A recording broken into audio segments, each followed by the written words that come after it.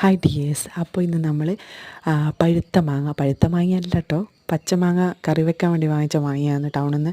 അപ്പോൾ നല്ല പഴുത്ത് പുറത്ത് വെച്ചൊരു, അപ്പോൾ അത് മുറിച്ചിട്ട് ഉപ്പും മുളകും വെളിച്ചെണ്ണയും കൂടി നനച്ചിട്ട് ഞങ്ങൾ രണ്ടുപേരും കൂടി കഴിക്കുക കേട്ടോ. നല്ല സൂപ്പർ ടേസ്റ്റാണ്. ഈ വർഷം എനിക്ക് തോന്നുന്നില്ല ഞാൻ മാങ്ങ കഴിച്ചിട്ടുണ്ടെങ്കിലും ഉപ്പും മുളകൊന്നും കൂട്ടി കഴിച്ചിട്ടില്ല.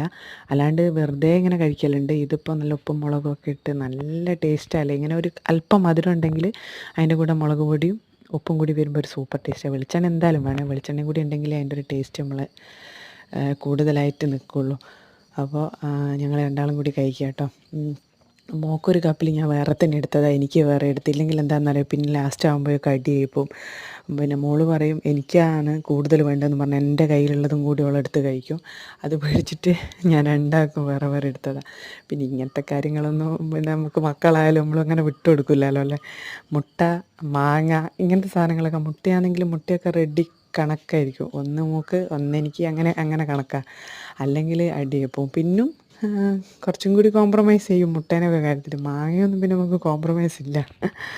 അപ്പോൾ അത് കിട്ടുമ്പോൾ എല്ലാവരും കൂടി ഷെയർ